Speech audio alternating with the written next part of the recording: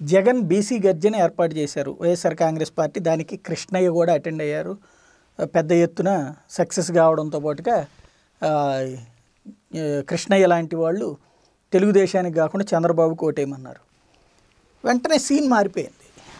సరే, మొన్న మధ్యనే తెలుగుదేశం పార్టీ కూడా బీసీలు సభ పెట్టింది. ఆ సందర్భంలో వైసీపీకి సంబంధించినటువంటి పార్థసారథి లాంటి నేతలు వచ్చి ప్రెస్ మీట్ పెట్టారు. ధర్మాలు, పార్థసారథులు వీళ్ళందరూ కూడా వైసీపీలో ఉన్నటువంటి బలమైనటువంటి బీసీ నేతలు ప్రెస్ మీట్లు పెట్టి ఖండించారు. అంతవరకే నడిచింది. అదేదో ఆయన చేసింది ఏం లేదనేది. ఇప్పుడు ఒక విచిత్రమైనటువంటి స్టేట్మెంట్ ఏంటంటే, రాష్ట్రం మీద దాడి చేస్తున్నారట బీసీల సభ ద్వారా. ఎలాగా అంటే, తెలంగాణ బస్సులు పెట్టుకున్నట్టు తెలంగాణ జనాన్ని తెచ్చుకున్నారట. ఆంధ్రాలో జనం కాదట వాళ్ళందరూ వచ్చినటువంటి వాళ్ళు. ఆంధ్రాలో బీసీలు కాదట, ఆంధ్రాకి సంబంధించినటువంటి వాళ్ళు కాదట. కేసీఆర్ పంపిస్తే వచ్చినటువంటి వాళ్ళట. తెలంగాణ బస్సులు కొన్ని చూపెట్టారు. అందులో బస్సులు ఎవరిస్తే వాళ్ళు ఇప్పుడు మొన్న బీజేపీ సభకు ఉంది, ఒక్కళ్ళని కూడా రానియకుండా ఆపారు కదా బస్సుల్ని. అంటే అది ఆంధ్ర బస్సులు కాబట్టి ఆపేసినట్ట.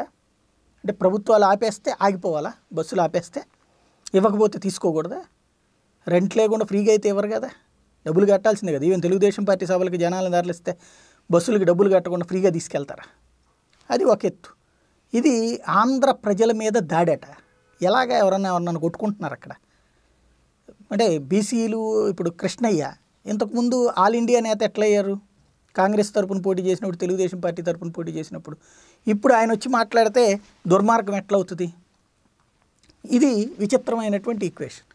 అది ఒక ఎత్తు. సరే, ఇప్పుడు రాజకీయ పరంగా విమర్శలు చేయొచ్చు. ఆయన ఏం చేయలేదు. రాజశేఖర రెడ్డి టైంలో ఇప్పుడు బీసీ సామాజిక వర్గానికి సంబంధించినటువంటి నేత అనురాధ లాంటి వాళ్ళు మాట్లాడినటువంటి పాయింట్స్ అనొచ్చు. అది ఏది ఆయన టైంలో 30,000 కోట్ల రూపాయలు పెట్టి ఏమి ఇవ్వలేదు, ఆదరణ పథకం రద్దు చేసేసారు, మేము వచ్చాక చేసేసాం అనేటువంటిది. అది ఎవరు ఏమి ఇచ్చారనేది వాళ్ళకి తెలుస్తుంది. ఆ కుల వృత్తులు చేసేటువంటి వాళ్ళకి, ఆ ప్రయోజనాలు పొందినటువంటి వాళ్ళకి, చేయనటువంటి వాళ్ళకి, ఆ ఏ ప్రయోజనం అందనటువంటి వాళ్ళకి వాళ్ళ కోపం వాళ్ళకి నడుస్తుంది. ఇక్కడ బేసిక్గా ఏంటంటే, సభ జరగకూడదు వేరే వాళ్ళది, జరిగితే అదంతా దాడి, రాష్ట్రం మీద దాడి.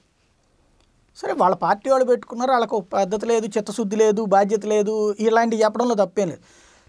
రాష్ట్రం మీద దాడి, కుట్ర, దుర్మార్గం జరుగుతోంది, ఒక నేరస్తుడు, కుట్రదారుడు, ఈ పదాలు ఎందుకు?